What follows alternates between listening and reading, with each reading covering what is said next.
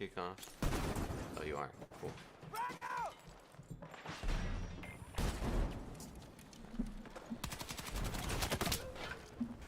Beast. Alright.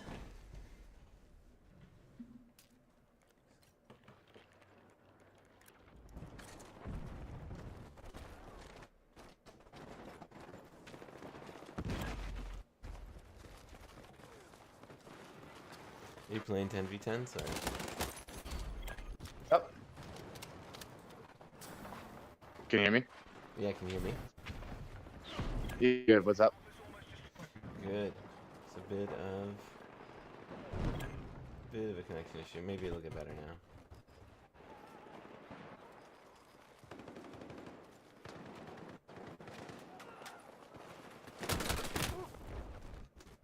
You need me to do anything? Yeah, we're dropping a bit of frames here. Okay.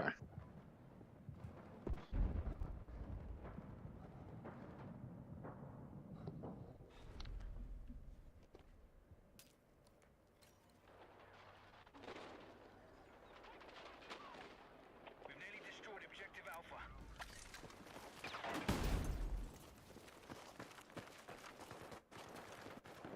Is it has it improved? No. Okay. Did it just drop or? It's been over time. It's been a bit. Okay, maybe I should just try to play the campaign then. Maybe take the multiplayer aspect out of it. Now it That just help? got better. Maybe, yeah, probably. Or just give it. Should I just give it a second, or should we switch? We can give it a quick second since people are still coming in. But All right, give it one match, and we'll see if it improves.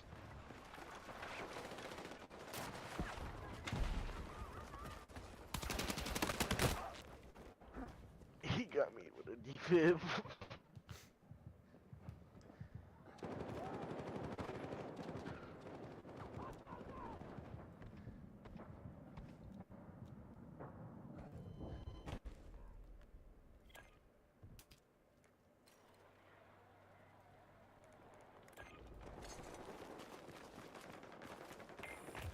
All squads, we've got 60 seconds left. This is it.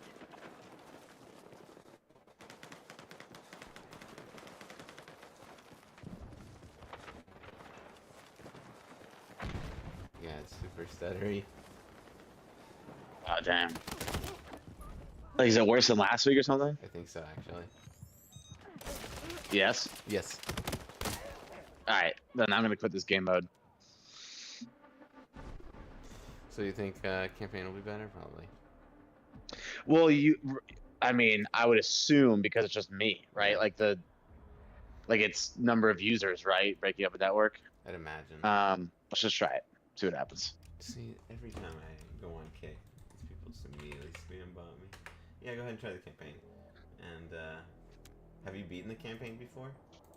I haven't played yet at all. Give it a shot. I haven't played yet at all. Yeah. I mean, it can't be harder than the actual online. It can't be harder than the actual online. All right. Yeah.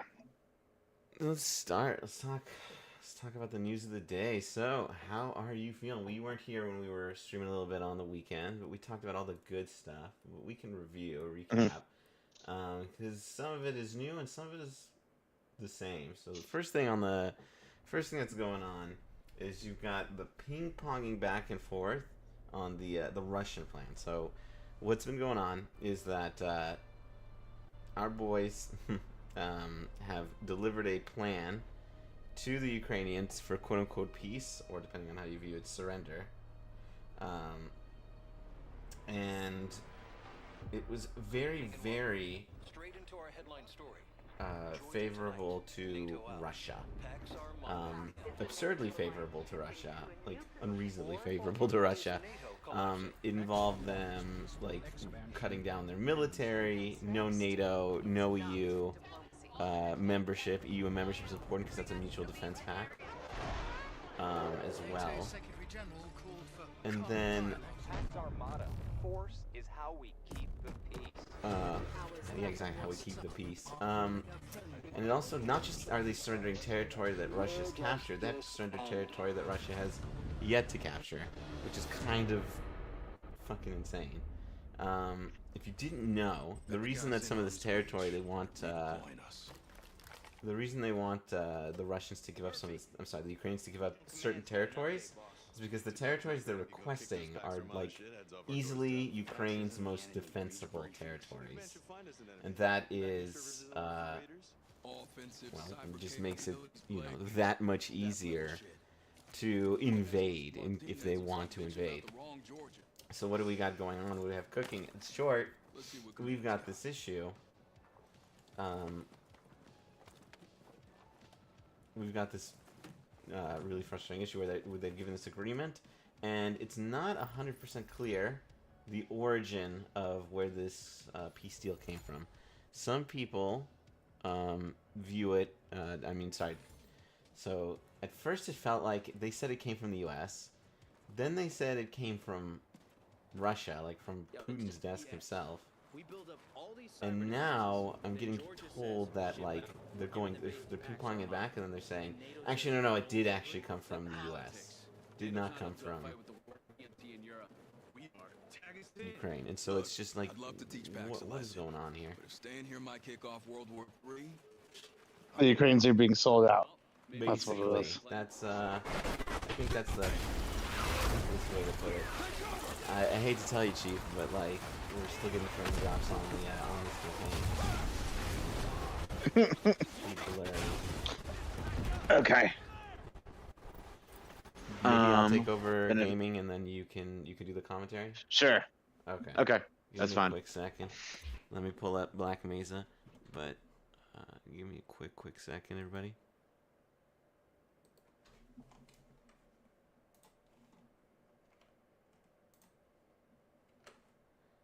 Okay, and then I'm gonna open up Steam. Boot this up.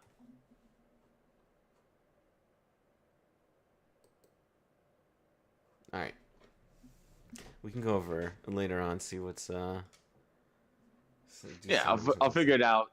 Not off offline. stream, whatever. So you have any thoughts on all this nonsense coming into the administration? I mean, it's just another example of MAGA being a know-nothing party, isolationist, like ignorant of history. We're doing the 30s, like the tariff trade wars, and we're doing appeasement with dictators, and we're blaming immigrants for all of our problems. I mean, it's textbook everything I was warned against when I was in high school. Like, yeah, sincerely, this is just like textbook everything they told us not to accept, not to. And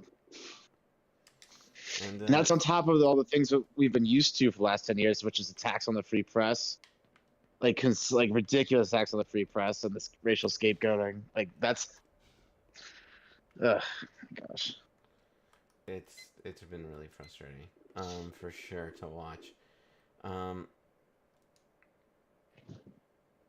How does this I wonder how this is gonna just go? Is the administration really just going to accept that it's just kind of continues to be an embarrassment? Is it going to continue it seems to be in this circle where at first they're just like, oh, this is our peace plan, Ukraine has to surrender, etc., etc. Then they get pissed off with Russia after a bit. Like, it's just terrible at this game. I just don't have it. I don't even think, I mean, the administration doesn't even know what's going on, so how would I?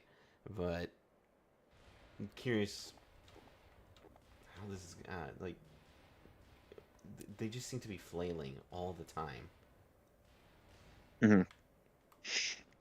Probably because they probably are just flailing all the time. I got your stream going. You're playing Blast Pit? Yeah.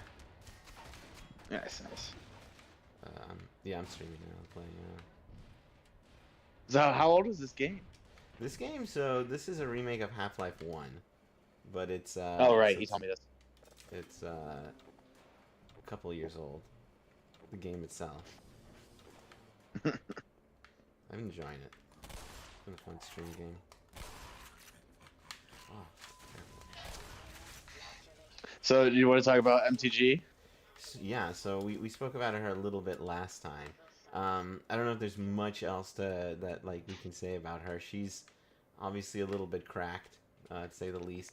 Um, what do you? I mean, she mentioned she kind of gave away the. Hey, the Alex Shaw, thanks for joining us. She kind of gave away the game, and she said that the main reason that she's leaving is because she doesn't think she can survive her primary challenge, which really just goes to show you, despite all the lunacy that's happening in this administration, and with this economy, it's supposed to be the economy, stupid, but despite everything going on with this administration, Trump is still insanely popular to the point that MTG cannot survive a primary endorsement against her.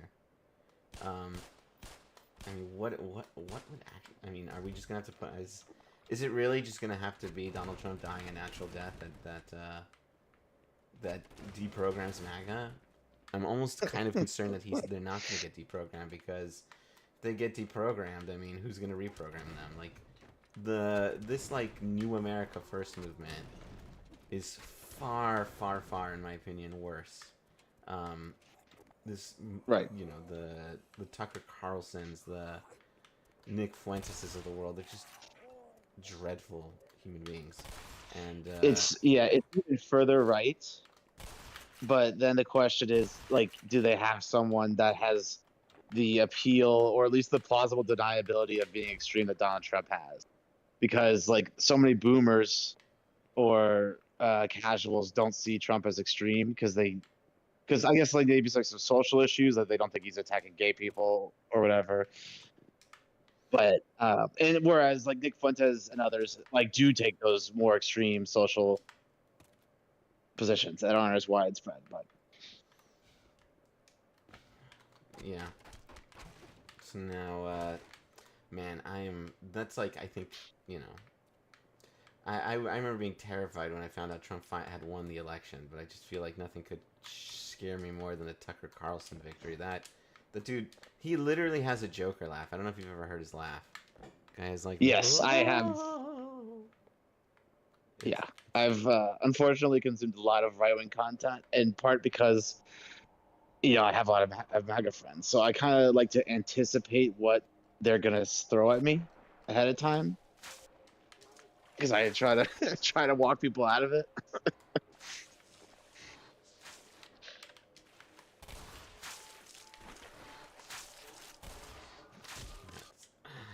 No, that was terrible of me. I didn't reload. That was very easily avoidable. I think just like, how would you? Do you think isolationist is a good way to describe Tucker, or is he? Is it just like? Do you think it's isolationism, or do you think he's just like, what's the word I'm looking for? Like too transactional to the point that he's isolationist, Or just like a contrarian, like and like an anarcho-contrarianism. It's just opposite of. That's an interesting phrase. I think that he's. I think that he's just sincerely. I think he's just owned by the Russians. I just don't even. I don't normally say things like that, but that grocery store video really just made me like. Yeah. There's just no way. There's just like. I remember watching and just thinking like, oh, you're just. There's no plausible explanation for whatever the hell you're doing, except. I mean, anything goes these days. It feels like nothing's off the table as far as like what's too crazy to be possible. I mean, yeah, that's where we're at. Also, like, did Elon think that all of the bot accounts were just left-wing crazies? Like, did he? Oh yeah, dude. That's actually this is like the news. This is the best part of the week. Yeah. Like, there's like, because obviously he's on a team, right? Yeah. Oh, absolutely. Like, I mean, he was just at a Trump dinner like not that long ago. Yeah. So why would he do that to his own team unless he actually thought that they're only left-wing bot accounts, because he turned it off within 24 hours, whatever. Did he really turn off? Because I can still go. I can still go to accounts and see location. Maybe he stopped rolling it out, but hmm I can. There's definitely been people. You could definitely still see people. It's. I don't hmm think it's been withdrawn. I don't think you can put the genie back in the bottle if we're being honest on this one. Right. I'm glad at least the evidence has been brought to light, and that people are so aware of that. That's really all you need. It just really answers. Because like once It really just answers once it everything. once it, Like why is online politics so crazy? Because it's just a bunch of yes, people who are doing it yes. for the money. And I think honest like comedy in politics, I think is super important because that's how you can spread debunking of bad ideas. And uh that becoming a running joke of like, oh, these extreme accounts are bots. Like that is becomes widespread knowledge when it becomes a meme, which is good. Yeah. I think that there's one of two things. Either Elon didn't know, which would kind of shock me, and he just was like, "Oh, like people at home did it because they just thought it was a good idea. People in the office who actually go to the office, do the work, and don't just shitpost on Twitter, thought it was a good idea." Or yeah, he's just cooked, which wouldn't shock me that much because like he is kind of a cooked person. Like he's just kind of addicted to. Yeah. He's just Something went wrong with him in the last couple like 2022 to present. I don't know what it is. ketamine addiction. Yeah, that's like that. Like it could be. Like if he's abusing ketamine and he's spending 10 hours a day on Twitter and like I think people underestimate that smart, successful people can lose their marbles if they go down the Absolutely. wrong rabbit hole for 6 months. And like It wouldn't shock me. I mean, like, dude is known. Like, did you ever see the video of him on Inauguration Day? yes, yeah. He's like, he's on something like insane, and it is hmm rolling on him and Peter Thiel. I was watching a clip of Peter Thiel from the Rubin Report, and he is like not well. Like he is like he looks like a zombie a little bit. Like he's rotting. Uh, he's Like, cooked. I Like he mean, just doesn't have when any. he paused about that question about whether the human race should survive, Oh yeah, that that's was that was an iconic moment. like, Human race survive. Mm. How did he answer? I think he said like I guess after mulling it or something. he paused for like 10 seconds. Uncomfortably long amount of time. What was it, like Axios or something? And like the interviewer guy like asked him like, "Yo, they have a long pause there." Yeah. There's also I think there's another person who's like you keep talking about like technology destroying the world and then you're like part of Palantir. Like that's how do you reconcile that? He's like good question. Like it's just like because he talks about he talks about what the Antichrist is supposed to do, and Yeah. he's like that sounds like what Palantir is trying to do, and he's like, well, yes. It's I really enjoyed the South Park making fun of him. I didn't see it. I have not been keeping up with South Park this year, but I should. Oh, you should catch up. It's worth it. I'm told good things. Yeah.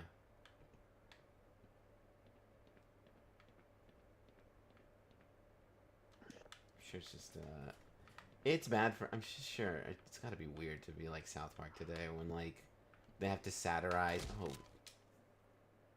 they have to satirize like this lunacy, and it's actually just Yeah. it's like It's just the truth is news. stranger than fiction, as they say. It is. They responded to some criticism about obsessing over politics too much, and their response was like, politics became pop culture. Like we don't have a choice. I Like, hate that that's true. Actually, it's unavoidable.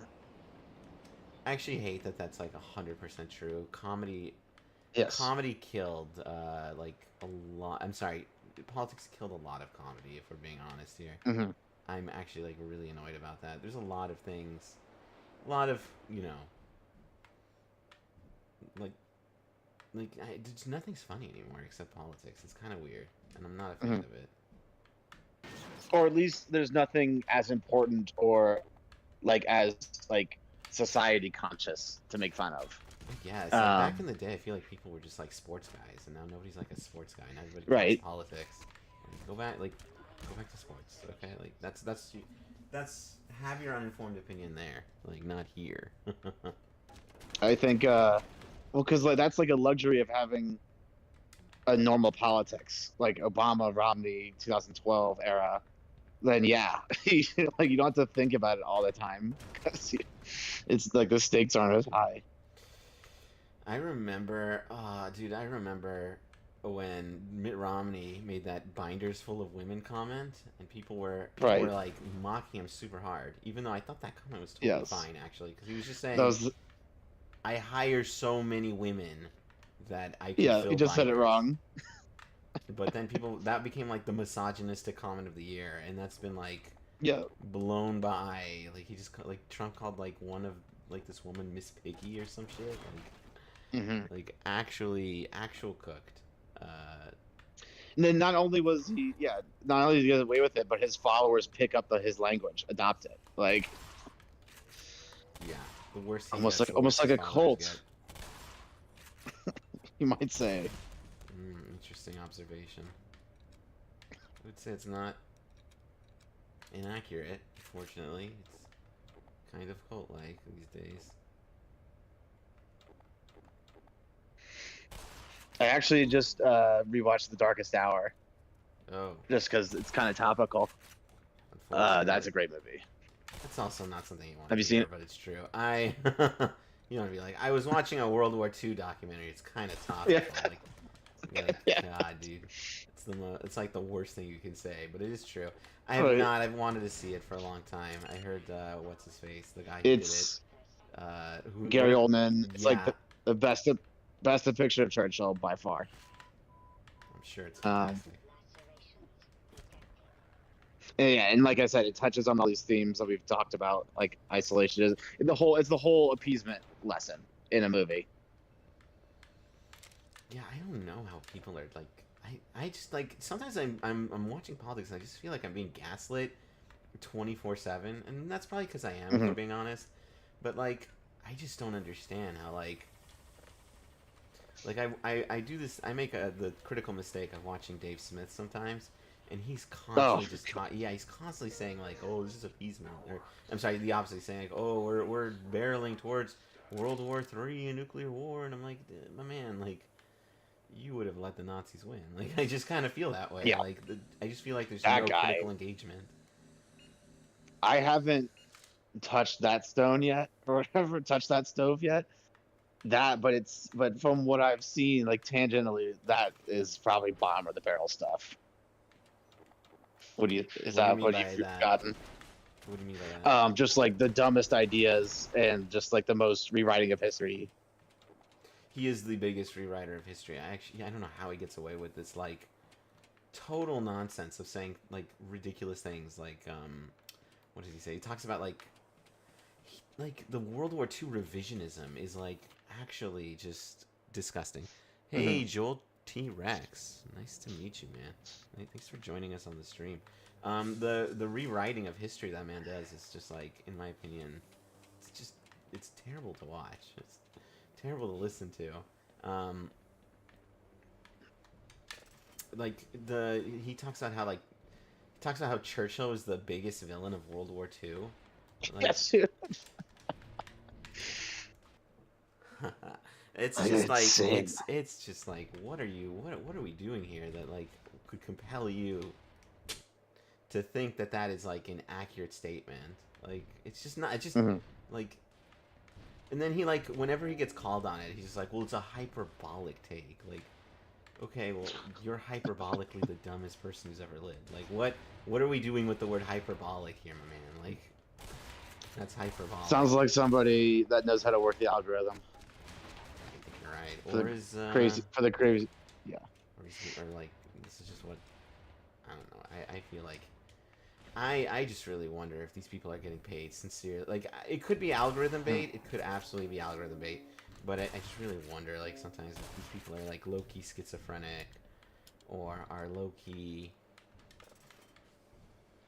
like they're just I think there's also an angle of being a D tier comedian from 3 years ago, and you found the gravy train yeah of being a MAGA apologist. yeah. because I definitely didn't hear about this guy until he became one. As far as being a comedian is concerned. He was a bit of a guy, thanks to Joe Rogan, unfortunately, who has poisoned the Right. discourse like none other. I've been saying that like we should be calling it. We should the way we need to mess with Joe Rogan, and I stand by this, is we need to mess with him by like calling the just saying like the measles outbreak is the Joe Rogan measles outbreak. We have to like label it. We have to label it that way so that they know. They gotta know that these things are connected. But yeah, Joe made him a big guy, and he does this thing that it's just like so poisonous to the discourse where he's like, I'm a comedian, I'm a comedian, I'm a comedian, and then when he talks about these topics, he's like 100% serious. But he like swears on up and down that he's just a comedy guy. He's like, what?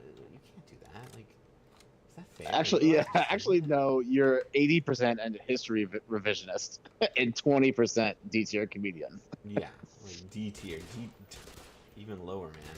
The biggest like lie Dave Smith ever told was that he was a comedian. And like that's saying a lot because he still pretends to be libertarian. Oh my god! Yeah. There was a tweet. This is how I knew. I was like, how? So Dave. So you remember when Kimmel got canceled? He was on. So Kimmel gets canceled, and you would think that this is like the biggest layup for a comedian to condemn. It's like, okay, we have a guy. He's being discriminated against for speech, and then it's a company that's being discriminated against, right? For like the company. So it's like. Number one, speech discrimination. Number two, interfering with a company using regulatory overreach. And then number three, it's like a fellow comedian that he should be showing some degree of solidarity with. So it should be the easiest thing in the world for comic Dave Smith to be like openly condemning.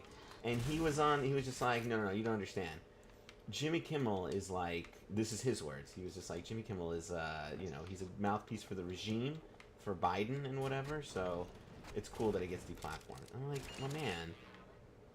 Even if he was a mouthpiece, which he's just technically just like, he's just very pro-Biden, anti-Trump. Like, okay, but like, even if he was a mouthpiece, like, First Amendment, brother, that's his right. Like, he's allowed to like the government. Like, what are you doing? Not defending your fellow comedian as a libertarian and a business. Like, what are we doing here? I just don't even understand how you could, like, come to that conclusion as a libertarian. And the answer is, he's being paid, or he's just lost his marbles. I don't know what to make of it, but I don't like it, is the short answer. Yeah.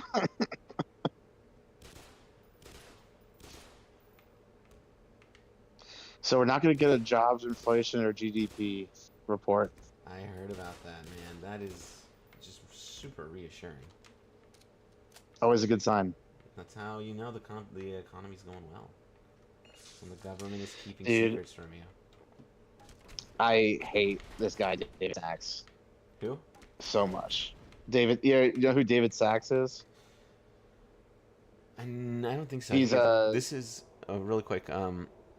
Someone in the chat. If I'm too vulgar, say it. Honestly, it always lives. You can be vulgar here. It's okay. And this is Half-Life. This is the Half-Life 1 remake. The Half-Life 1 remake. Sorry, I don't know much about David Sachs. I got a rant for you. So he's this big tech guy. He's the AI czar for Trump. He was a DeSantis guy in 23, and then obviously that folded, whatever. So, and he's a co-host of the All In podcast, which is a really popular business tech. Yes. But they also talk politics, right? That's why it's relevant. And they're like not equipped to really actually have these conversations. Well, they think they are. They just do. Yes, yeah, and they do all the Trump apologia, and they blame they go like they claim to be a Balls and Strikes podcast, and then they call all the strikes on Democrats and none on the Republicans. And David Sachs in particular is awful because he's been spreading Russian propaganda word for word from the Kremlin for like 2 years. And he's been on one lately, of course, given the news. Oh, so he's like, it's Ukraine's fault, etc. Yeah, accepting all the Russian premises, and then on top of that, being the AI czar for Trump, he's been like defending the AI. Like, there's no AI bubble. There's no AI bubble. Uh, And also now starting to like lay language groundwork for a taxpayer bailout if it doesn't come to produce earnings with all the capex that has been spent. And got here's the tweet from today. okay. According to today's I'm to gonna, Wall Street Journal, AI related investment accounts for half of GDP growth. A reversal would risk recession. We can't afford to go backwards. That is like that should be sirens going off in your head. can you say it It's too again? big to Sorry. fail. Can you He's repeat it? saying, okay. According to today's Wall Street Journal, AI related investment Yeah. accounts for half of GDP growth. A reversal would risk recession. Yeah. We can't afford to go backwards. So he's basically saying too big to fail. Oh, he wasn't his opinion. He like oh fuck. Okay, I can see why Like that's. there's too much investment for it to fail. Like if the markets sour very quickly on a couple bad earnings reports next quarter because there's all this money going in and no earnings being produced, all the bets being bad, and yeah, That so sounds. it should that That's should just concerning. yeah. Okay. Yikes. That is So that's my radar right now as of today. that's really frustrating. Did I saw this great tweet by I think it's Matt Iglesias who said like AI is this weird thing where like the people who make it will tell you to your face that like it could bring about the end of the world or destroy all the jobs, but then like they'll never let you regulate it at the same time. It's just like okay, Mhm. but like no. Yeah, and this David Sachs guy has been at the forefront of that, like no regulation whatsoever, and basically using China as a justification. Like it's an AI race with China, you can't regulate us. Yeah, or Um, else you lose the eye race. yeah, I mean, it is concerning, but there has to be some kind of government oversight, or else things gonna right. get like completely cracked. Ugh. And like, what have we seen so far? We've seen college recent grad jobs be cut. Like you're gonna get rid of a lot of white collar, lower level jobs probably. Yeah. You've seen AI slop. You've seen propaganda, political propaganda be produced. Like a lot of negatives so far. Yeah, that was I was gonna tell you the next thing that Twitter needs to do, and they're not gonna do it. But if they want to earn my respect, like even further for the next thing they need to do is they need to make clear. Oh, this would be like insane. How much of your posts are like from a third party app? Because you can go on you can API, right? We at Project Liberal we use our APIs to post memes. So like, I would say the majority of our posts are actually like they're from third parties because we just sort of like we submit a meme through the system and it gets posted on all these different things. I'm curious how many people like because if you found out that like this commentary channel had like 100% like was from an API, you'd be like, things that make you go, know what I mean? Hmm. And so I You really see, I hope saw not. Vine was trying to come back, and their whole premise is they're not going to allow any AI content, Oh, which to nice. me is kind of appealing. I Like like I that actually kind of actually. like that. That could work. I could I see that mean, being very successful. there's got to be a market for that. Absolutely, I would like that. Would go there.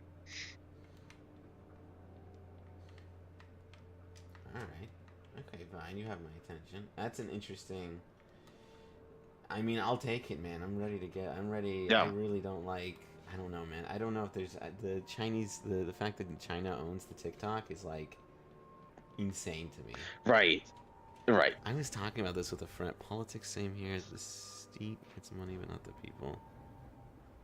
What's the stat? Joel Rex, I don't understand that. I was talking to a friend, like, we kind of, I'm not, like, I hope no one takes this as a pro-McCarthyism comment, because it absolutely should not be taken as one. But it is so interesting to me how we went from, like, it's so important to make sure that, like, anti-Americanism and Soviet influence is not in our society, and we need to stand up to this and all that. And now like we've like quite literally 180'd on that, and now we have the Chinese like speaking directly to our children. We've 180'd on like McCarthyism from like no Soviet influence period to. I guess it's okay if the Chinese algorithm is informing All, our children about all the politics. CCP content your kids can desire. Yeah, basically. And like, and with if they're controlling it, they're like ramping up all the extremist politics on the populist left and right. I mean, that's poisoning Yeah. people who are prepared to take that in and say no and reject it. Like, because it's human nature to want your first take to be correct, and no one likes to admit being wrong or that they ate the trash. That's just human nature. Yeah, nobody wants to admit that they.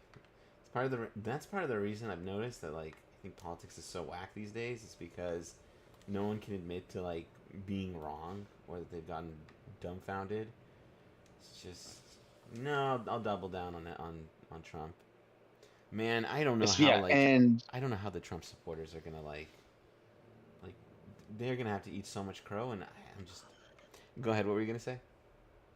and that equation is exponentially worse when you consider that it's been a 10-year thing now.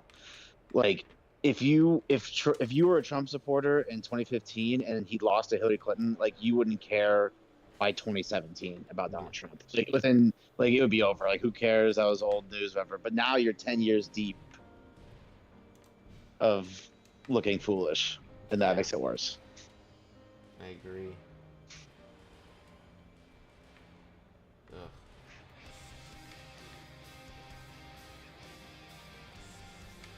The game wants me to do something with that. Man, I don't know what. I used to be beaten this game before. I I'm know. not. This is a blind playthrough.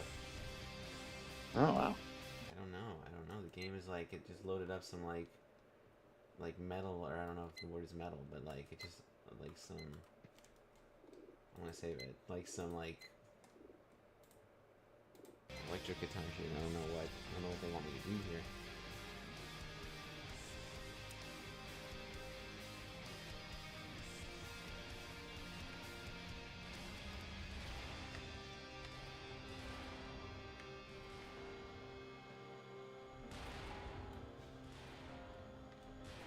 Anyway, it is just yeah. I don't know what to do. Yeah. What else can we talk? I was gonna say something. Can't remember what it was that I wanted to tell you about though.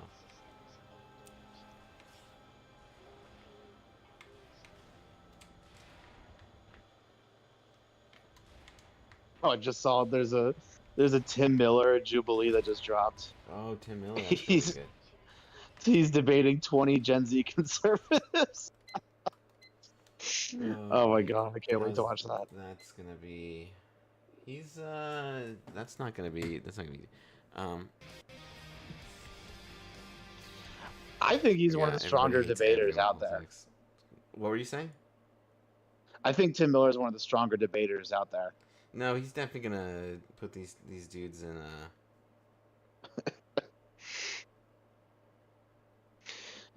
Because I think oftentimes liberal commentators get frazzled maybe too easily, Yeah. and like that makes you look weak or whatever, or like not tough, and like Yeah.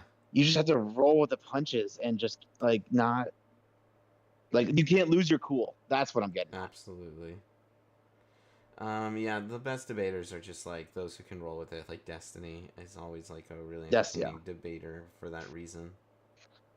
And Mehdi Hassan is a little further left for my Yeah. taste, but he is a strong debater as a He's skill. He's absolutely I think that's one of the undeniable. better debaters out there for sure. I agree.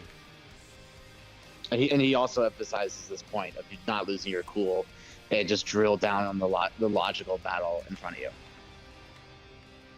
No, he's one of the best. Yeah, he's incredibly talented at this. Yeah, he can get a little bit into the slopulous Rainer out, if you will. Mm-hmm.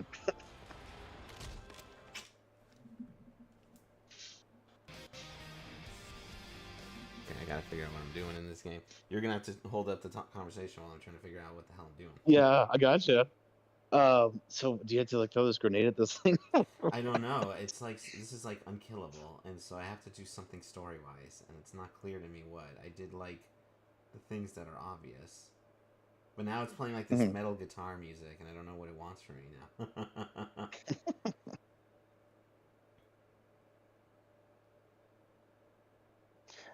Also, what's funny is anytime a right wing commentator like compliments Trump for removing the tariffs that he put into place Yes, to decrease prices for time for the holidays. exactly, dude. That he's getting rewarded for causing the problem. Literally, it's like the most. It's some of the dumbest shit on the planet. Arsonist is applauded for putting out the fire. Basically.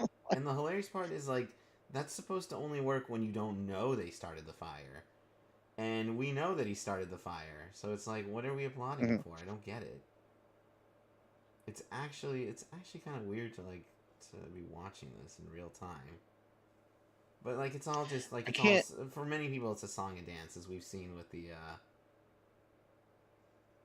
Mhm. whole you know I can't believe like all the accounts being in Malaysia and shit or whatever.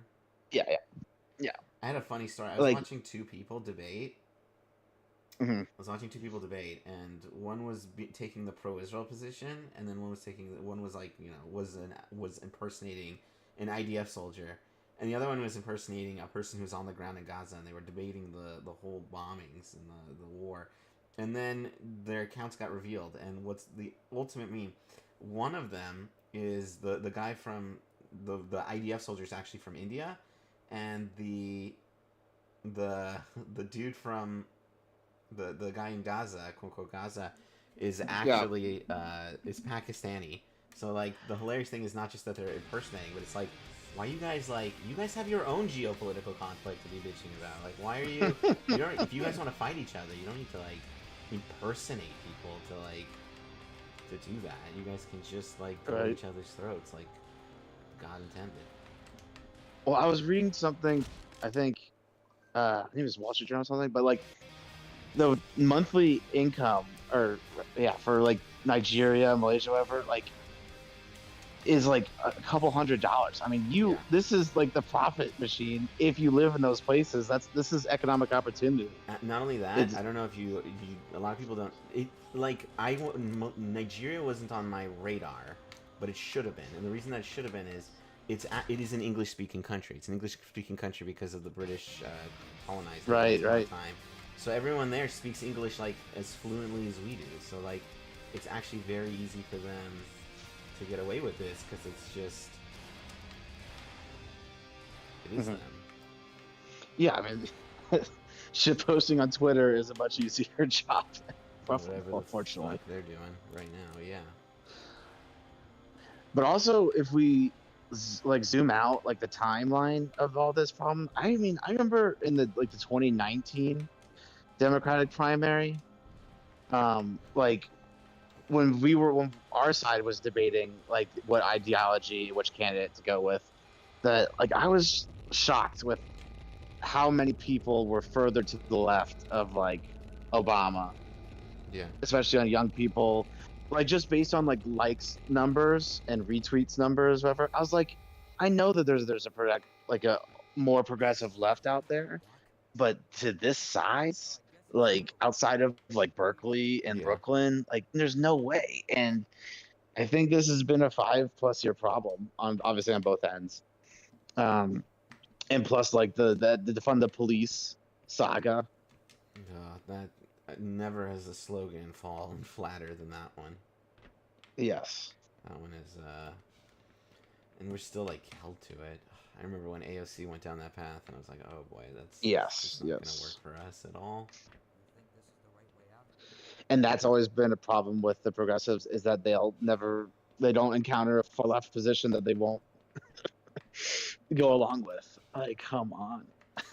Joel T. Rex wrote that he prefers a world where there's no war and the two presidents fight. That is kind of an interesting idea, but like I wonder like if there's like probably we should make a comedy of like that actually happening and like all the negative that comes where like they're only electing based on like the ability to fist fight. Like you know what I mean? That would actually be pretty baller. That would I'm just saying like decrease the number of old people yeah. in office. Ooh. I'm gonna say, if we had a society where it is, like, I think Putin just takes everything, doesn't he? Like, if we had Mhm. a society where wars are determined by whose president wins a fist fight, I think Putin just like just takes over Europe that way. Who could stand up to him in that Mhm. case? Maybe Netanyahu could. Former Mossad. He's former Mossad, I think. He could probably. That would be interesting, dude. Former Mossad versus former KGB. Dude, holy shit, that'd be a fight. I think BB may take that. I don't know, man. That's a tough one. But Vladimir Putin, no, both would play dirty. It's a tough one. Are there any Democrats that stand out to you other than the obvious ones that have impressed you this year? Other than the obvious ones, well, Like Newsom I obvious never being really Gavin. liked, but I've been enjoying his posts, as has everyone.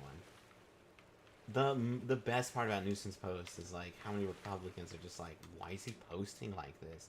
Doesn't he know it's Yeah, obnoxious? Like, brother, are you not you don't get it? Really? you don't realize it's a mirror. It is the biggest mirror I've ever seen, and no one is getting it. And that's Um, yeah, that's what I mean about like using comedy as a weapon. Like it's effective and necessary when you're dealing with yeah, a bully movement. That's what they are. no, for sure. Um, I've been for a while now. I've been a fan of Josh Shapiro. I thought he's a pretty solid. Yeah. I mean, it's very appetizing or appealing to me when you have a competent, well-spoken governor of a swing state. He is really, I think he's like, I'm always like really into that. Um, I do like Tim Walz. I've never heard of him before the election, but I Yeah. have liked him since I have heard of him. I like that one of the things I like about him is he appears to be the Bernie Biden compromise candidate. In Hmm. that the Bernie crats and the Biden crats can all back him happily, and that's pretty Hmm. important because I'm reading that Yeah. like the best way to win elections these days is not to like have the most progressive. It's just not. It's not to like try to appeal to right wingers, but it's to just be able to turn out the base. And if he can do that, that is just obviously Right. extremely appealing. That's a great point. So I would say my personal favorite, and yeah, I've actually always liked this guy because when I was in college, I thought about trying to intern. Is Chris Murphy Chris Murphy. because Ah, yes, when I was in high school, Senator. like I really cared about gun control, um, and he's always been at the forefront of that. But he also just has like these Obama like personalities of like being able to talk ball. Like he regularly tweets about the Red Sox in a way that can't be faked. Um, Nice and like he has the sit down with the beer energy. attitude. Yeah, No, I know. I think that I think there's a case to be made that when Schumer retires, Chris Murphy should be the one to succeed he him. should be leader. I think there's a Yeah, really good I case for would. that. I put a lot of weight in your political senses and like pulse. Um, and I think he's a pretty savvy guy. I think his record over the years has proven that. Okay.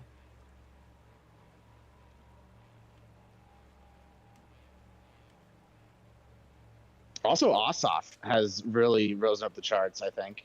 John Ossoff, yeah. John, Yeah. I'm always a little concerned about him because he is. You need like no, I'm not concerned about him. It's the opposite. I think I agree with you fully.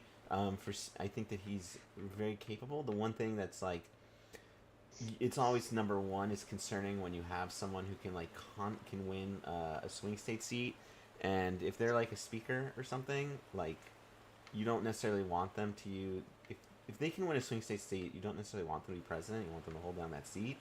And if they're speaker, they like are constantly looking over their shoulder because like they have to make sure Completely they can't agree. lead the Dems. They have to continue to hold down their seat. It's kind of a tricky balance that I just is easier for people. Completely agree with you. Like us as voters need to be more savvy about that because like people get caught up on who they like emotionally, whatever. But when you take a step back, it's like no, that seat is too valuable. In Georgia, are you kidding me? Yeah. There's a concept in baseball that I think applies to politics that's kind of interesting. It's called WAR, which War? is wins above replacement. You ever heard of this? No. Okay, so these are my two passions, so I can Nice. do the analogy. So in baseball, it's not you don't have a salary cap like in football, so you have to use your money as effectively as possible in order to compete with the Dodgers or the Yankees, right? Like if Yeah. you're the Kansas City Royals, so and then let's say you're the Braves, so you're kind of like you're top 10 whatever. So in right field you have Ronald Acuna Jr., who's a perennial All-Star, and you pay him $20 million a year. If he gets hurt, then you have to call up a AAA guy, Yeah. and then he plays right field, and he costs $500K whatever, but you get way less production. Like he's not going to hit as many home runs, and he's not going to steal as many bases, whatever. So the way they can calculate that into the number of wins that the Braves would win with Ronald Acuna in right field versus if the minor leaguer was in right field.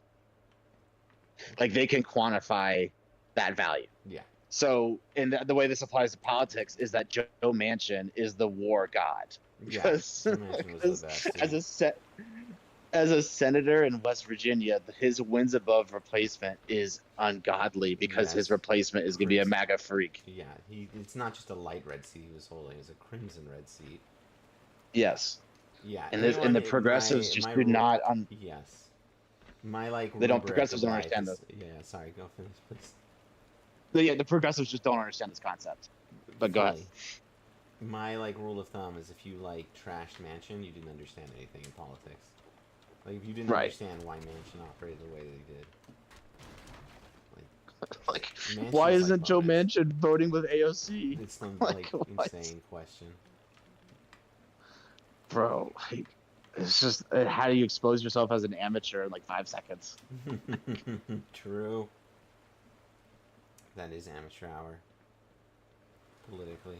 And that carries over to like criticism of Obama. Like he did with what he had. I mean, he was hung out to dry in both of his midterms. It's true. It annoys me so. It just annoys me so much how much Republicans were rewarded for being obstructionists. Because like now they should Right. should be obstruction. Like I can't even be mad. I'm mad, but I can't be because they got rewarded so well for being obstructionists. Like everyone fell for it. obstructionism. I liken the relationship to like a divorce, like the Democrats and Republicans as like a divorced couple, and we are the single mom that has to do everything, Yeah. and they are the deadbeat dad that gets away with like giving a cool present on Christmas. The kids still love him. I think that's a fair analogy, unfortunately.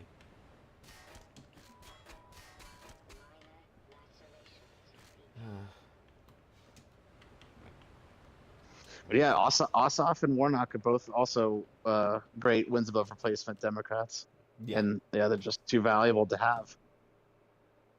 Anyone that can hold down a purple seat is Mhm. is very good. I'm hoping that we can do something with Texas this year.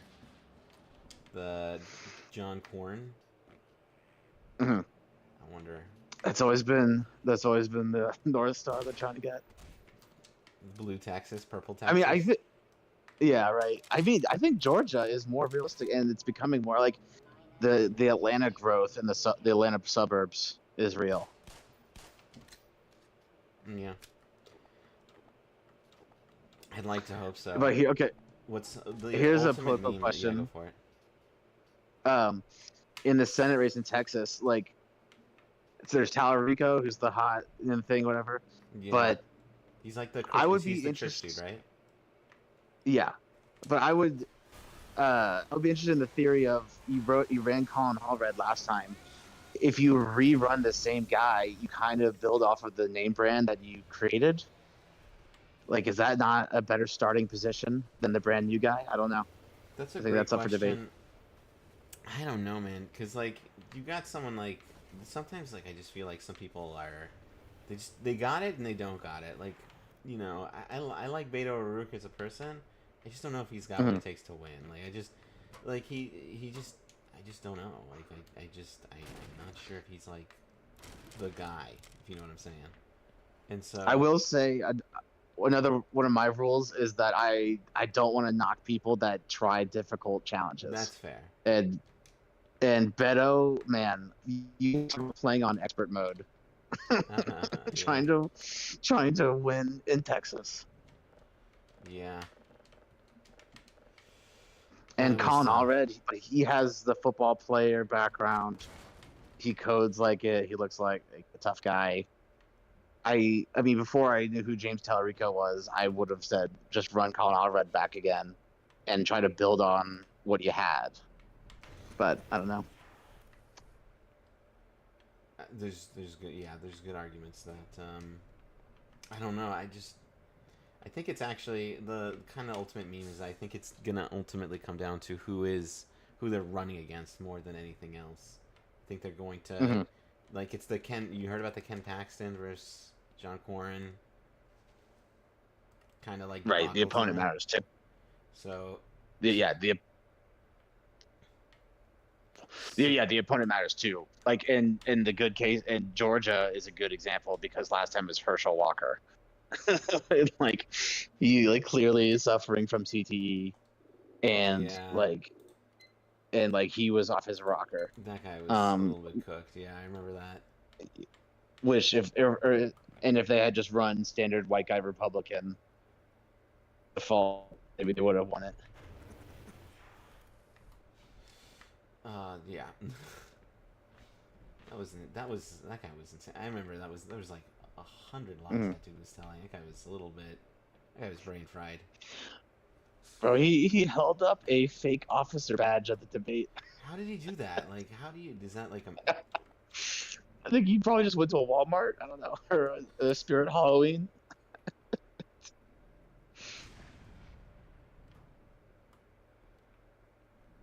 That is like one of the stories of all time. I remember that. Mm-hmm. What do you think about JV Pritzker? I like Andy Bashar more, but like he's like charismatic enough. You know what I mean? Yeah, I think I appreciate him. I don't know if I want him to lead the party, but I mean also like next time around, I'm looking for people who are stepping up in these difficult times because that tells more about the character. Like even if there are benefits and aspirations to be gained from it, like did you stand up and do something about it or no? And that's why I do appreciate Newsom. Yeah, he's the only one saying it like it really is real. He's keeping it very real. I appreciate that of him. I mean, that redistricting battle turned out pretty good. Yeah. Like, No, it was a smashing success, I'd say.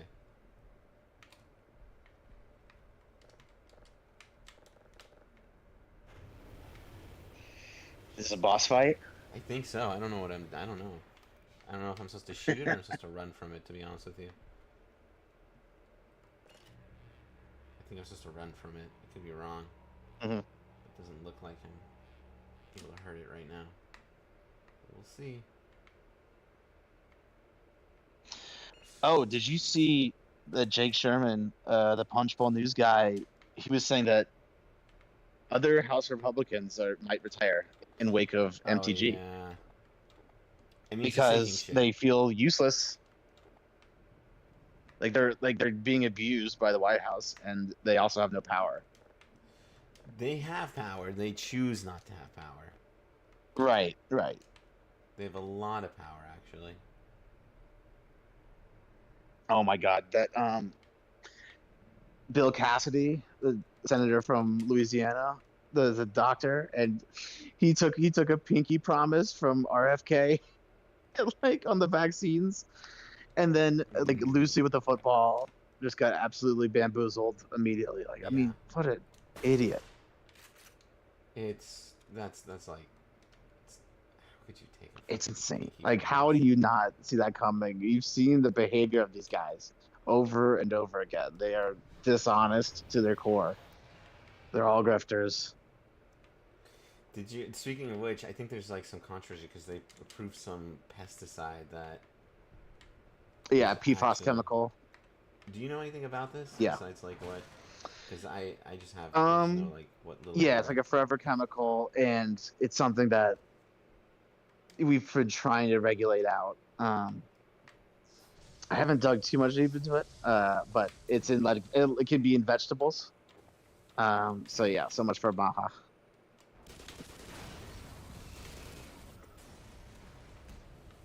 Yeah, so much for Maha. This is a good one. I think that is another example, obviously, of the bot, the crazy bot influence is that whole movement, because that caught up a lot of casuals, I think, that The otherwise Maha may movement. not have gotten into politics. Yeah, I think just in my experience in friend circles, like I think a lot of people that otherwise may not have gotten involved politically got caught up in that one Ugh. because it had like a third party appeal Yeah, to begin with. they were shipping it as the Unity Party. Yeah. I'd really like to see like what it would look like if Charlie Kirk was still around. You know, it's just really frustrating how he went out. Obviously, it was, you know, Hmm. but what can you say? Yeah, Maha's like a total meme. So what is that about? Is it corruption? Is RF Kennedy Jr. just like too dumb to? Do you think he's like? Was that like a good I think he's. faith like oh I think that they're good, or is he just like literally just Trump told me I I think have to he's. approve it and so fuck me. I think he's just a grifter, and that is just showing up in all his behaviors. Because there's that viral clip of him from like 2016 where he actually lays out the nationalist playbook, where it's like, step one is to like trick the rubes and sow distrust in the media, and then the next step is to cut a deal with the wealthy, and then you have basically almost 50+1 um, electorate or like a political movement in which you could actually get into power, and then you seize the rest like by force. Hmm. It was shocking to hear him like actually identify it clearly. If it could have been pre-worm, who knows? Oh, pre-worm. My second car is RF Kennedy Jr.'s brain. That dude is yeah. I just can't. This is a bit mean to say, but like I can't stand listening to him. Like I don't want to be that guy because like. Mm-hmm. It's like, you know, he's got a medical condition, but like, I just can't. It's like, I'm not gonna do the voice because like it's rude, but like it's just Yeah. it's very difficult for me to like listen to him. Yeah. It's just crazy that. I mean, if he did have his last name, I don't think this guy Either ever would have gotten off the ground. negative somebody. This guy would have. I just love that like he has all these random songs like, ah yes, I left a bear carcass in Central Park. Like you what? He's like, what? And he admitted to it. Yeah, that crazy story with That what was crazy, it yeah. Roseanne he was talking to? I love this story because it also just begins in the weird. He's like, "Ah, yeah, so I was bird falconing." Like, you were what? Well, I was bird It was falconing, so and then I had a unhinged. cock, and then I found a dead bear, and I decided to take it. But then I realized I had a flight, and I could no longer take my bear carcass, so I left it on the side of the road. Okay, when can you start? You know, I don't know. as a normal person would do.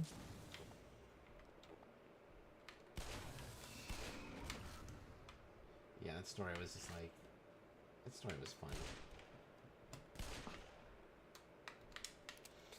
Is there anything else that we want to talk? We talked about the thing on. Oh, Mark Kelly. That's what I wanted to talk about next. Mark Kelly. Oh yes. So Mark Kelly gave the coldest take in the universe, along with a handful of other NatSec Dems.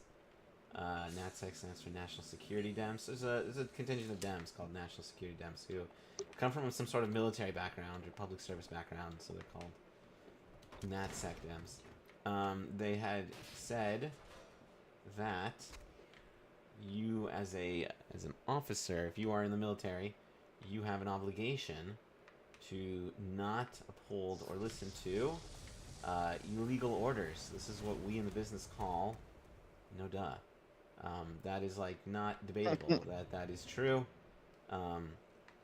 But Donald Trump decided to the military, the Department of War, which for the record is still the Department of Defense technically, because you need congressional approval to rename the Department of Defense, and he has not gotten it yet. So the Department of Defense, which is currently masquerading as the Department of War, never received congressional approval to rechange the name. But the Department of War is now opening up a what is it called? Looking to court-martial him for this extremely mild take. And that is quite a bit A friendly concerning. reminder. A friendly reminder to not disobey, to not obey legal orders. And so for those of you who are curious, who have your MAGA friends who are like, is this like legal? Is this like treasonous? The answer is, it is in fact, you are supposed to resist illegal orders. And if you're curious why, the answer is because when you are a soldier or CIA or anything like that, you do not ever, no one has ever sworn an oath to the president, to Congress, to the Supreme Court, to their state, to their governor, to any of that. Every single person swears an oath to, you know the answer to this? The Constitution. The Constitution. Yes, we swear an oath to the Constitution. And what that means is we do not do things. So if you're being told to do something that violates the Constitution, you're obligated to not listen to it. You are just, that's your obligation. And so you have this, Maybe for example, like if you ordered SEAL Team 6 to maybe attack a political opponent, that might be an illegal order. yeah, it would be. Maybe the Supreme Court should pick up that for debate. Yeah, it would be interesting. I'm getting smashed over here. Ooh.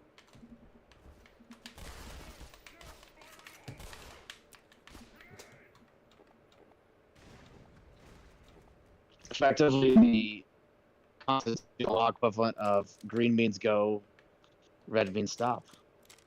I think.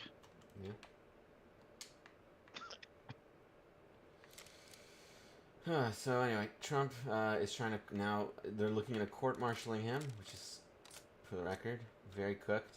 For those of you who are curious on the cooked level, this is very cooked. This is very bad, and it's just like weird. Which again, we're living in a simulation where the president of the United States can,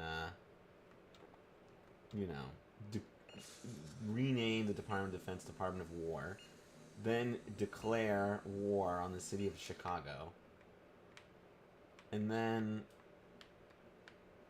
when people are like, hey, just want to make sure everybody's, not doing anything illegal, alright, well, that's where we draw the line.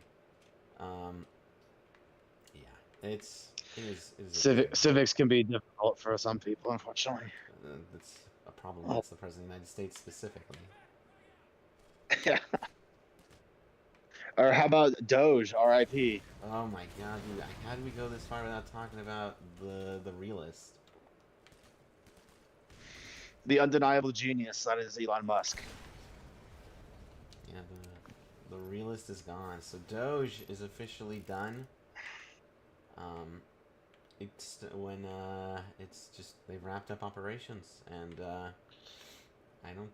With 8 months left on the charter, I guess they just did such a good job. They cleaned up all the Incredible. inefficiencies. Never before have I ever seen such efficiency.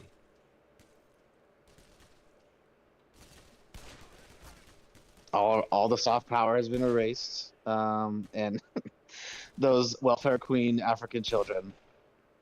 Welfare Queen African children. That's a sentence that I did not know I needed to hear, but it is one actually. Finally, we put these African welfare queens.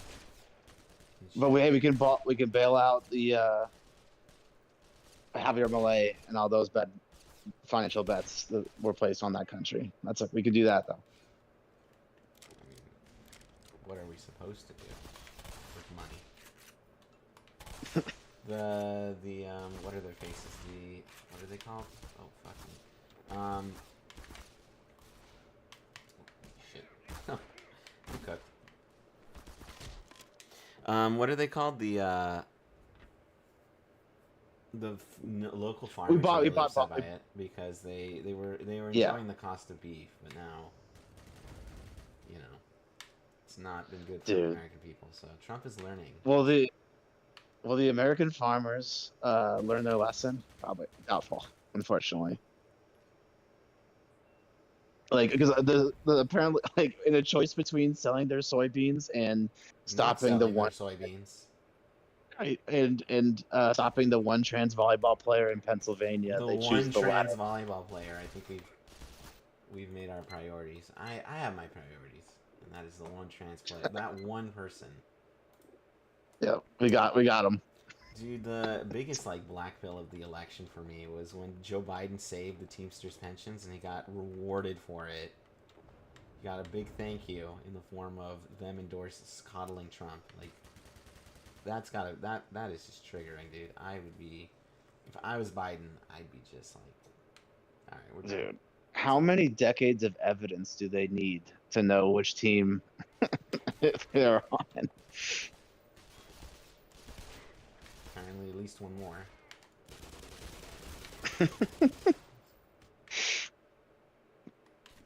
Unfortunately, there's that cartoon of like, it's like a desk and it looks like a Rupert Murdoch kind of character, and like a table, and like on the left is like an immigrant, and then on the right is like a blue collar white guy, and it's like, careful, buddy, that guy's gonna steal your like money or whatever. Or steal your cookie. I know exactly the meme you're talking about. There's do you know who Sargon of Akkad is? No, but go ahead. He's an influencer. He's quite the character. He started as do you know who Shoe on Head is? Yeah, okay, I know that. Okay, so he started as sort of a shoe on head, you know, anti-SJW person, and then evolved into like a full-scale like MAGA. And he saw that cartoon, but he's very anti-immigration. So he saw that cartoon, but it was about immigrants. So it's like, careful, dude, this immigrant's gonna take your cookie. And then he was like, well, we better stop him. And he was like being unironic. And I was like, dude, did you like get a big whoosh moment from that? Because like the point of that comic is that he's not taking whatever. Why am I trying? Yeah, and Murdoch has like 10 cookies. Yeah. Unfortunately, history repeats itself like that. We'll learn eventually. Easy to blame the vulnerable communities. The ones that don't vote as well. Oh yeah, you want to talk about DHS and their repulsive propaganda? Like recently, there's like they blamed every problem on immigrants. It was like, you can't buy a house, like you can't get a job, Dude, all that that's stuff. JD Vance's go-to at this point. Like as if I'm competing with the guy from El Salvador that travels 3,000 miles for a desk job. Yeah. JD Vance is like super gross on this front, actually.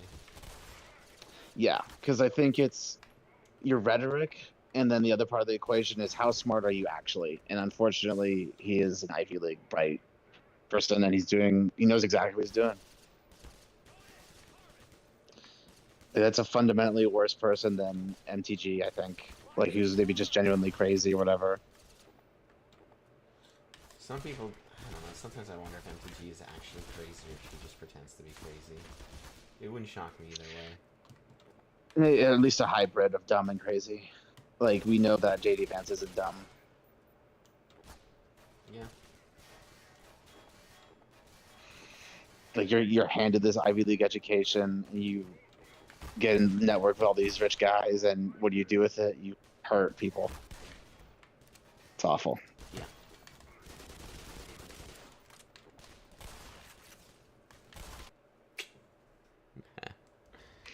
Dude, there's no brightness in this game. That's I think part of the fun. Right.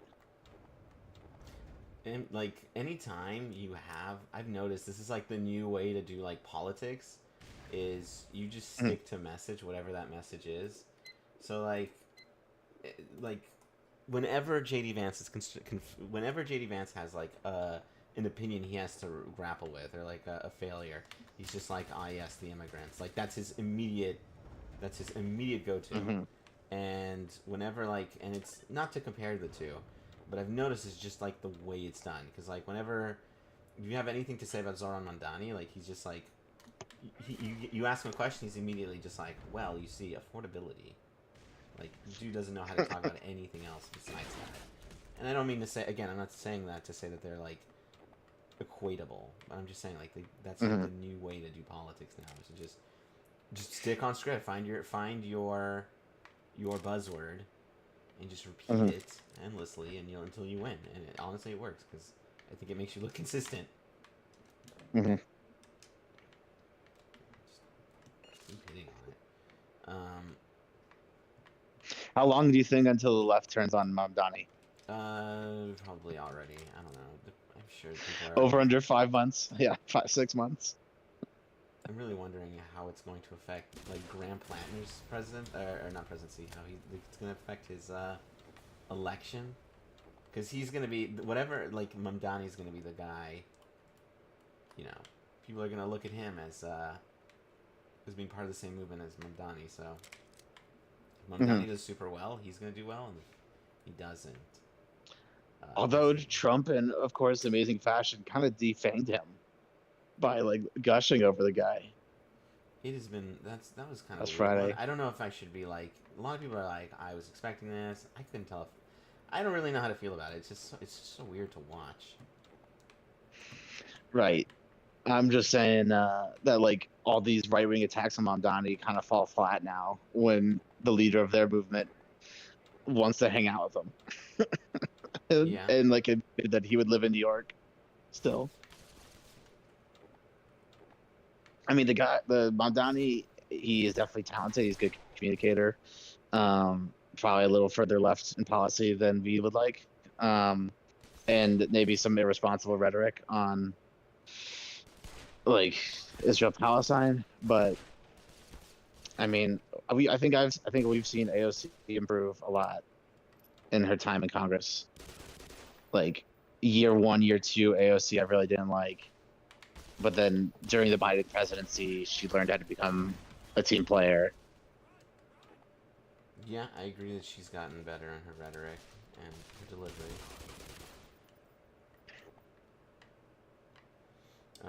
I think Mamdani's already sort of like, oh, that's right. So you were gonna ask me like, when are they gonna turn? I think they already have, because Mamdani's already endorsed Schumer for re-election. If you saw that. Mm-hmm. So that's basically it. What are you gonna do if you can't? Yeah, right. It's already over. Already over. It's actually over. Which is amusing to me. That's okay. That's the thing. Unfortunately, a lot of progressives they don't realize it's a team game. No. Like you can't you're on a team with a lot of people who don't see eye to eye with you on things, like whether it's policy or implementation style.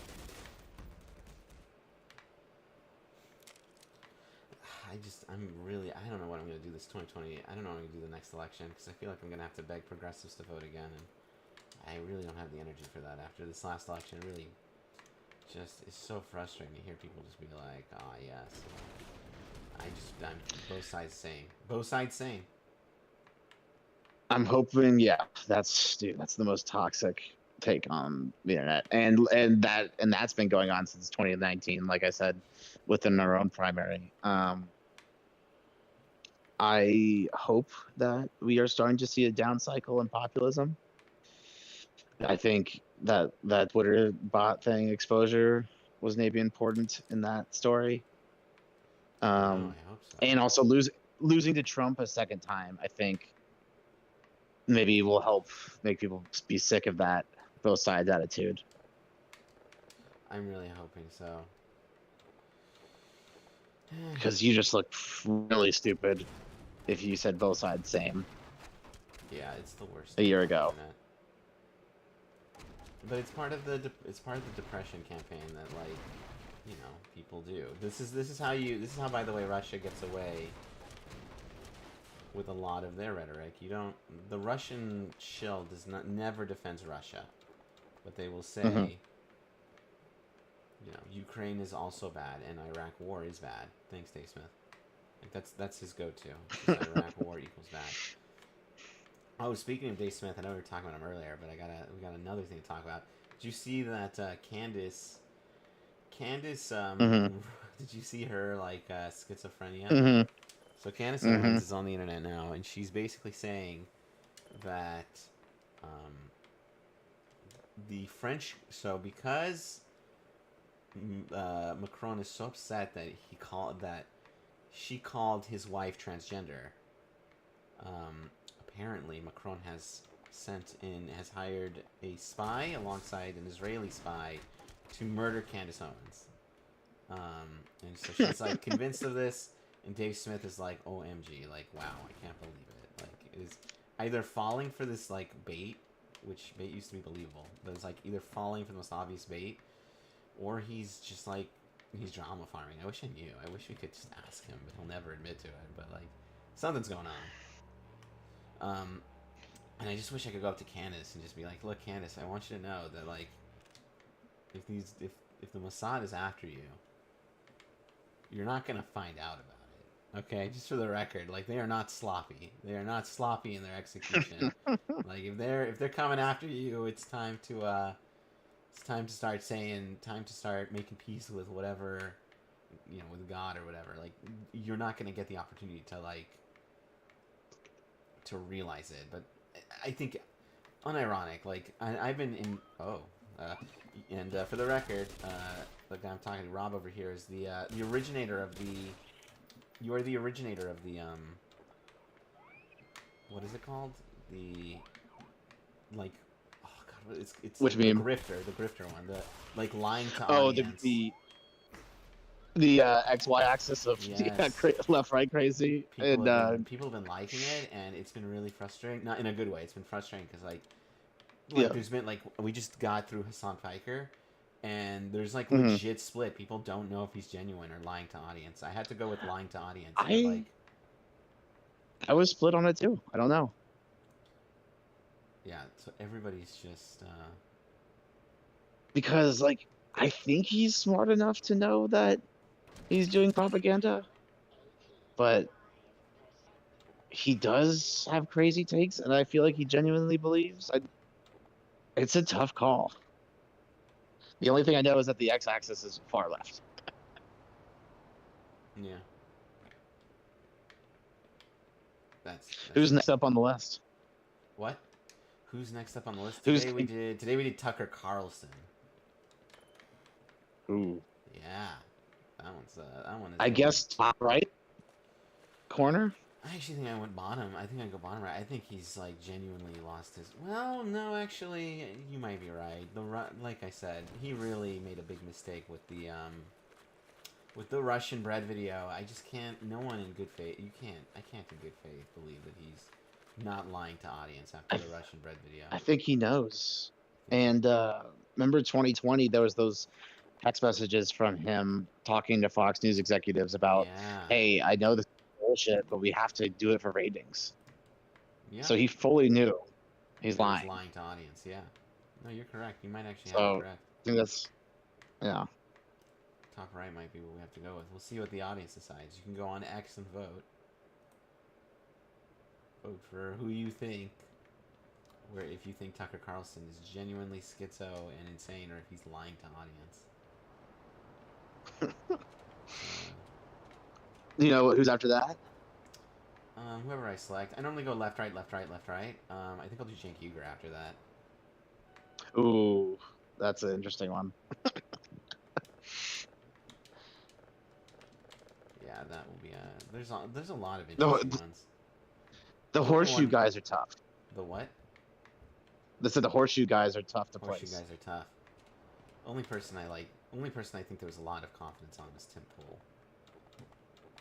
Mhm. There's a lot of confidence on Tim Pool. People were like, "Oh yeah, this dude's lying to audience." Like, don't even. It wasn't even. How about we go? How about we go into positive? Like, who are the commentators that you like? Commentators I like, so I'm a big fan of Destiny. I told this story before, but I actually was falling into the alt-right pipeline, the anti-SJW pipeline. I was like, to the point, Mm-hmm. I almost don't want to admit this on stream, but I will do it. I am embarrassed to admit that I fell so deep down the anti-SJW pipeline that for 2 months, it was only 2 months, but for 2 months, I was a subscriber to Dave Rubin's Patreon. Yeah, Oh, I know. it's brave of you to say this. I know. It's tough to admit, but it's true. And I fell down that And pipeline. Go for I it. commend your honesty. And then I watched Destiny, and he pulled me out of it. What's really funny is it wasn't Destiny that pulled me out of. I disliked Dave Rubin before I found Destiny. And what's actually funny, and I'm proud of this, is that I figured out he was a grifter on my own. Mm-hmm. That was like where my 900 IQ. Like I was like, wow. Like What tipped you off? So what tipped me off was that Dave Rubin constantly talked at the beginning. So the first iteration of Dave Rubin was, we need to make the news center, which I was into because I was an enlightened centrist. Both sides are the same kind of person. And so I was like, that's so cool, Dave. Like we should make the news center. I'll dono to you. And so he started talking to a bunch of right-wingers exclusively. And I went, okay, this isn't actually that bad. Because he was on the Young Turks, and he needs to sort of, like, feel out this side. He needs to feel out the right-wingers.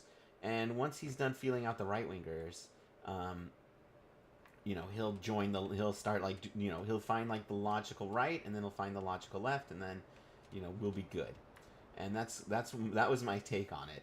And so I was like, okay, cool. Like he's interviewing some righties. That's all good. And then after a while, I was just like, aren't you supposed to be like, if you're doing the new center, aren't you supposed to eventually be like talking to some like logical lefties? I was also a fan of David Pakman, and David was talking a lot about how he wanted to go on the Rubin Report, and Dave would not accept him. And he was like, I'm waiting for permission to go to, and he just like was not allowed to go. So I was like, yeah, why isn't Dave? Why like? Deepak is good stuff. I like David Pakman. So something is like off. Bro's running away. Exactly. Running away scared. Something was going on. Something was not working. So I was just like, what is going on here? And then eventually. That's why the Daily Wire guys always debate college kids. Yes, and as much as Charlie also, he didn't exclusively debate college kids for the record. Charlie. Right. But it was the majority. It was the majority audience who really overwhelmingly debated college kids. So yeah, he just like was only talking to right wingers. And then what really took me off was like two things. The first one was like he brought back like Milo Yiannopoulos and Ben Shapiro for round 2, and I was like, really? Like we're doing round 2 with these dudes before we do round 1 with a left wing person who's like reasonable? Mm-hmm. And then there was one more thing. Do you know who Lacey Green is? No. Doesn't matter. She was basically, for a while, she was a left-wing commentator who was also sort of flirting with the right for a bit. And I was just like, he interviewed her, but they only talked about like bad experiences with other lefties. And I was like, she has like a lot of great opinions. Like, you don't have to just talk about this one thing, Dave. Like, for fuck's sake. Anyway, the point is I was just like, I kind of realized it through just watching enough of his content that there wasn't anything of Yeah, flirting with the horseshoe can be a tip off, I Definitely. suppose. I like Deepak. Deepak's always been good. Dupac's good. Brian Tyler Cohen uh, is also good. Um, like I said, I'd be a right winger, if not for Destiny. So big fan of him. Um, who else? Who else is a top tier lib streamer? Another top tier lib streamer. There aren't like a lot. Myself, I don't know. I'm like, Or how about what's just his face? Hutch. We love Hutch here. And the bulwark. yeah, yeah, Bulwark is always nice. That's the yeah. positive horseshoe. I don't know if we call that horseshoe. That's just two. But Those Sarah are those are Longwell is positive queen. influences. Yeah. Um. Yeah, I'm a big Tim Miller fan. I like the Bulwark. I got Tim Miller's book when it came out a couple years ago about why we did it, and then I like met him at a book signing, had a nice little chat with him, and I told him that he won me over from the Pod Save America guys because they had like kind of a blind spot for the lefties, Oh, dude. and which shows up today Yes. with Hassan. Yes, dude. I can't stand him. I cannot stand Hassan. Part of it's also because I'm Jewish. It's just really Hmm. tough to watch it. It's really tough to watch Hassan because he's like, it's not even like the Israel stuff. Like, even though I'm like very much like I have a lot of issues with that. It's just like the Houthis have a curse upon the Jews written on their flag, not the curse upon the Israelis, Yep. right? Curse Hmm. upon the Jews, and like he, licks Hezbollah's butt. And you know what? Hezbollah is they bombed a community center in Argentina, a Jewish community center in Argentina. Like these people are, and Nasrallah said that he wanted all the Jews to gather in Israel so they wouldn't have to be hunted down globally. Like, it's not even like you can't even just. It's just like I can sort of like get fine. You want to back Hamas? It's but like okay, I can get it. But like at least Hamas is for the most part limited it to just Israelis, possibly because they don't have a choice. I mean, they would probably go Hmm. after Jews globally if they weren't contained as much as they are. But like, man, his support of like terrorism is it's really gross to watch. It's really rough that like Twitch does not do anything about this. Like I used to Yeah. actually be He, a huge I used to be a big Twitch guy. I used to watch Twitch like all the time. yeah. Now that they let duo streaming, I like all of my streamers. I'm in their chats and I'm like, hey dude, I'm moving my sub over to YouTube, and if you're not on YouTube, get on YouTube. 'Cause I'm not watching anymore. Like I'm Hmm. constantly telling people to move over because I cannot do Twitch anymore. Like I cannot do terror support anymore forever. Yeah. I mean, he's just intellectually the best, which like is kind of easy to sniff out once you listen to somebody for a long enough time. Uh, and that to me is just a non-starter from the get-go. Like I could listen to you if you're a center-right conservative, but you're intellectually honest, which there aren't many of those, but I would. Like who's What'd you that say was a old deal breaker writer? for you? Cut out a tiny bit there. Oh, just intellectual dishonesty Yeah. in any form. And then he's out here like kissing China's ass. Like we went over this last time, but yeah, the China stuff is just like, what are we doing here? Like he likes Xi Jinping, and it's like, dude, like what? I can't even grapple. Like, I mean, he's just a tanky. It's Hmm. just that's it. Like it's how I feel about the DSA, where they're the Democratic Socialists, but then I catch them with you catch them with what's his face? They're shaking hands with Maduro, and like they support the Cuban Yes. government, which is authoritarian. It's like, what is this They democratic part of the? Yeah. Oh my God. I remember they got invited down there. Was it last election cycle? And Yeah, they like were celebrating like the nice hotel or whatever.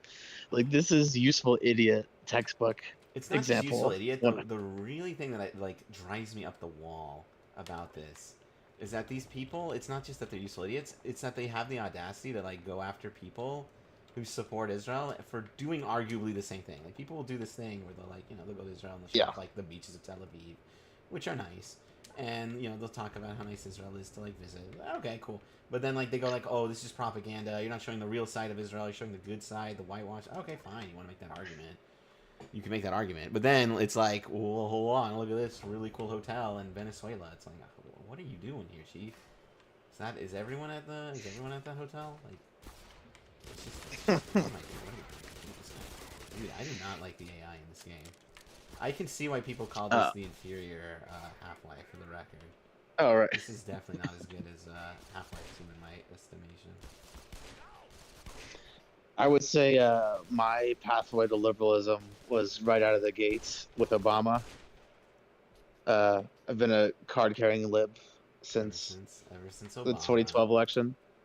Yeah, Yeah. and I liked history class when I was in high school, and like those guys that like animosity towards Obama. Are you talking about the Policy Around of America guys? Or no, the DSA types. oh, the DSA types. I gotcha. Like that's always rubbed me wrong with those Yeah. guys, like far lefty. Is like they're vile towards President Obama. Always rubbed me wrong way from the jump because he's the first black president. Like, how can you not see the history and? It's not even that. He would have been like it's just- 100 times more progressive if it wasn't for Republican obstructionism. Like Right. we would have gotten we would have gotten like better healthcare. We would have gotten.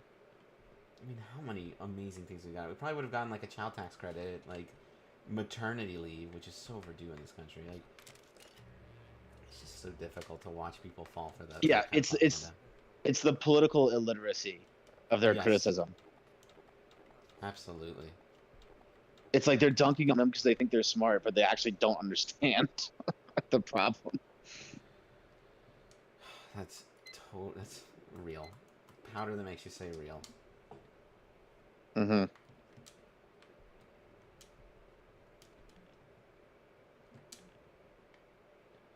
It's real. What is this like a one level, or what? It's a chapter. Uh-huh. How many chapters are left? They show you how many chapters are left. I am on. Wow, there's a lot. Endgame. There's 19 chapters. And And which one are you on? I'm on Blast Pit or Power Up, one of these two. I forgot which one. I'm on Power Up. So out of 19, I'm on 7. Wow, I've got a lot more to go. There you go. Anyone else? Yeah, so Hutch is also really good. Oh, fuck me, I didn't mean to jump down here. Well, I'm ripped. Hutch is also fantastic, if you haven't seen him. We have a I'm familiar. episode coming out with him. So... Yeah, what's like on the docket for like sitting down with other political figures like him? What's on the docket? Great question. Or have you been in contact with anyone? Not anyone of note, I don't think. I have to ask Josh. He's normally doing that. Oh, boy. I'm thinking here. I don't actually I listened to the one with Bill Crystal. That was pretty cool. Yeah. We met him at the Liberalism Summit a little while back. He's a really cool dude. I enjoy listening to him on the Bulwark. It works great. Because he's got like this historical grandpa vibe to his commentary. Yeah. Sheesh.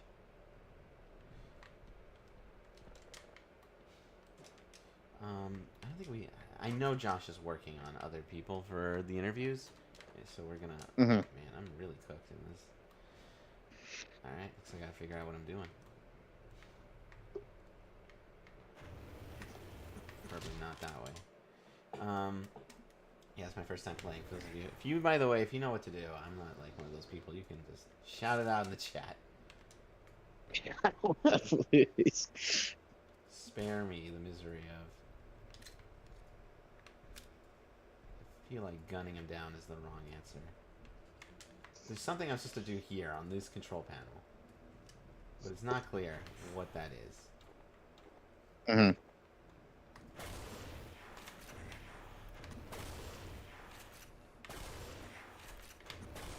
I'd love to know what's going on. I would be able to help you, but I don't know.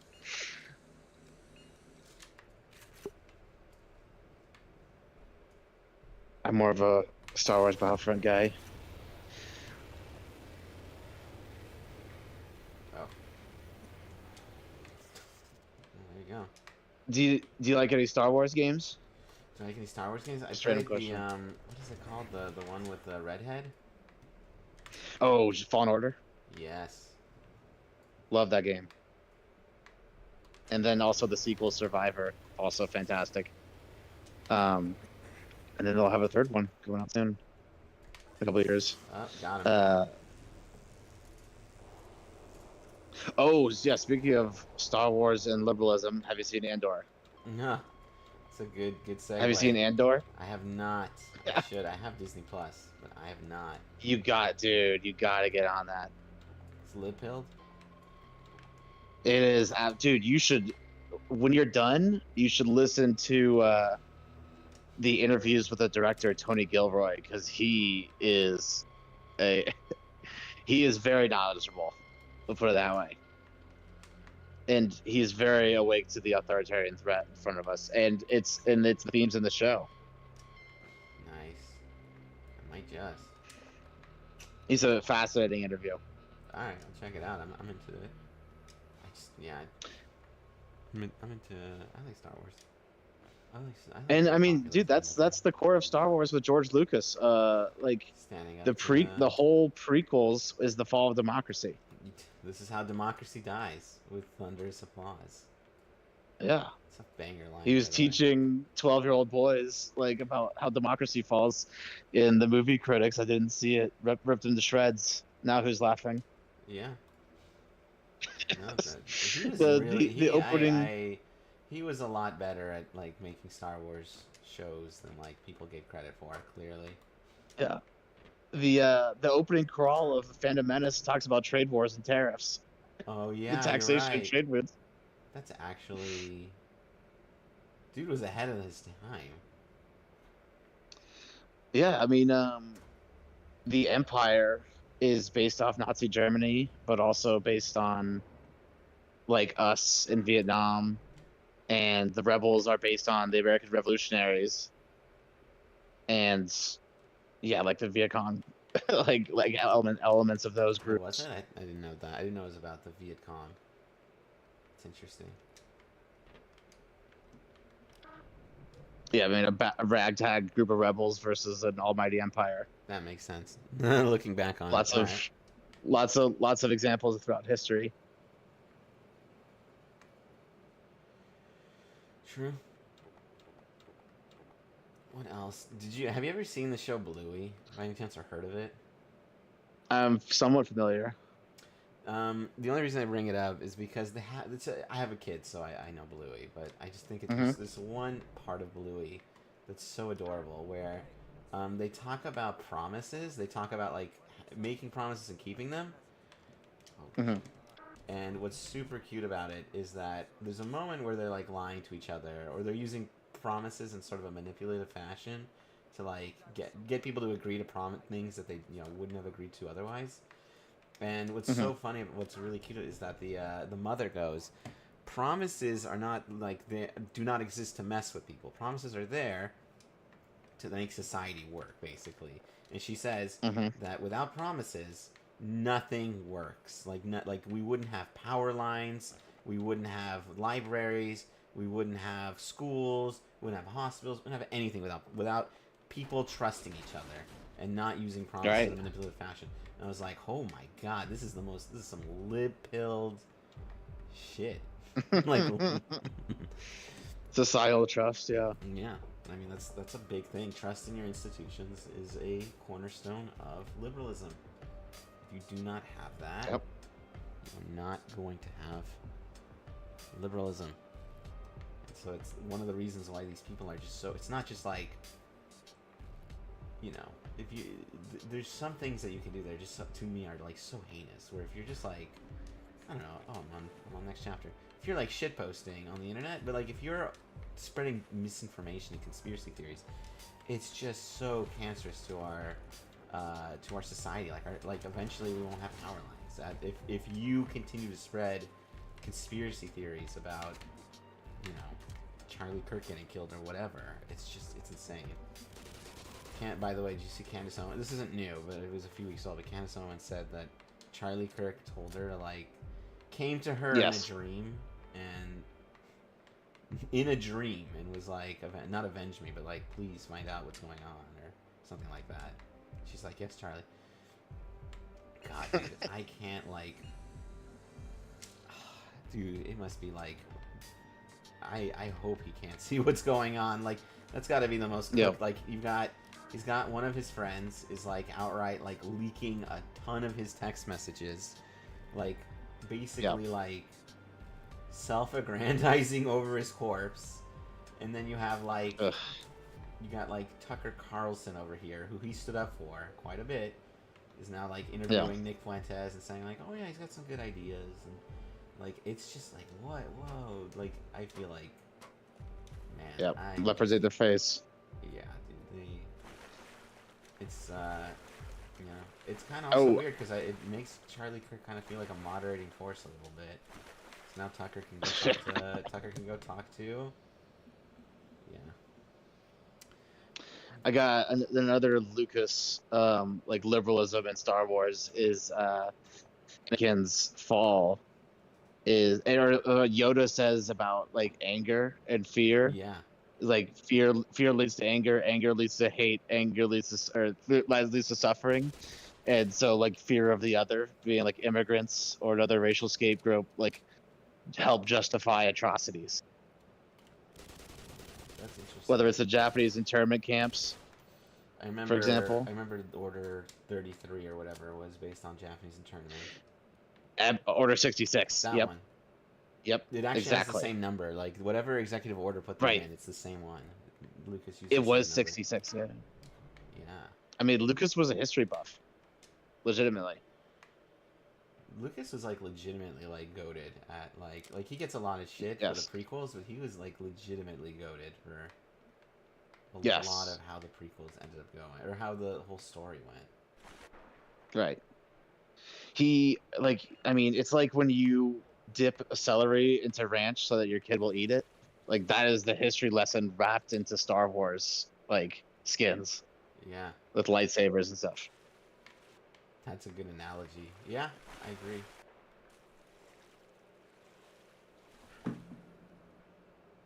I mean, watching those prequels as a kid like teaches you about good and evil and like things to avoid. Yeah.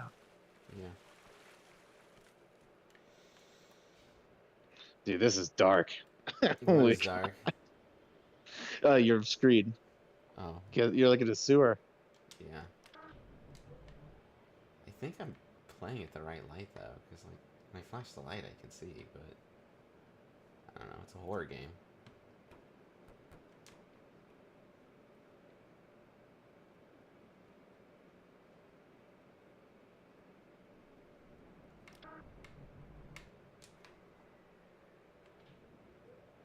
Hmm. Oh man, these people are like, yeah, it's kind of cooked out there. So But do you yeah, think definitely watch Oh yeah, Andor. so Candace Owens is like, But yeah. is she schizo or is she like legitimately like doing it for the money? Is like, Oh, I think she's always been crazy and dumb. I mean, what was it? There's tweets from her like in summer school, from like high school, from like 2009 or whatever. Like she's always been dumb. oh, what were those? I don't know. I remember Social Autopsy. I heard about that. But yeah, definitely put Andor at the top of your list. So watch. Okay, I'm down.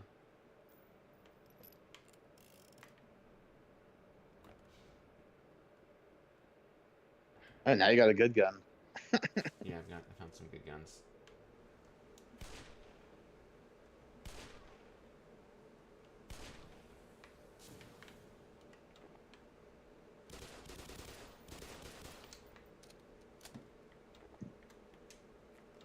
You think you at the end of a chapter? Oh, I started a new chapter like a minute ago, literally. If you wanna, Okay. you feel like calling it? I got something to do. I actually did too. I was thinking about calling it too. Okay. We've been going for a bit, so I'm good with this. We went for just under 2 hours, so I think we can call it right there. So thank you guys. Such a lot of topics. We covered a lot of topics. go. I think we did a good job.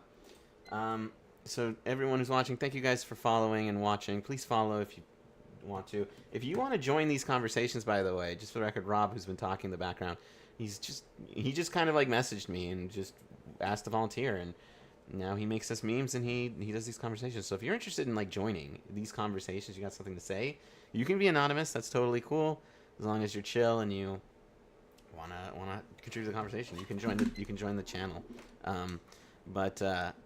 Yeah, we're gonna come back. I'm coming back on Thursday with David, and we're gonna review whatever. I don't know what we're gonna review, because every day this administration, I didn't know I was gonna be reviewing, Mark Kelly getting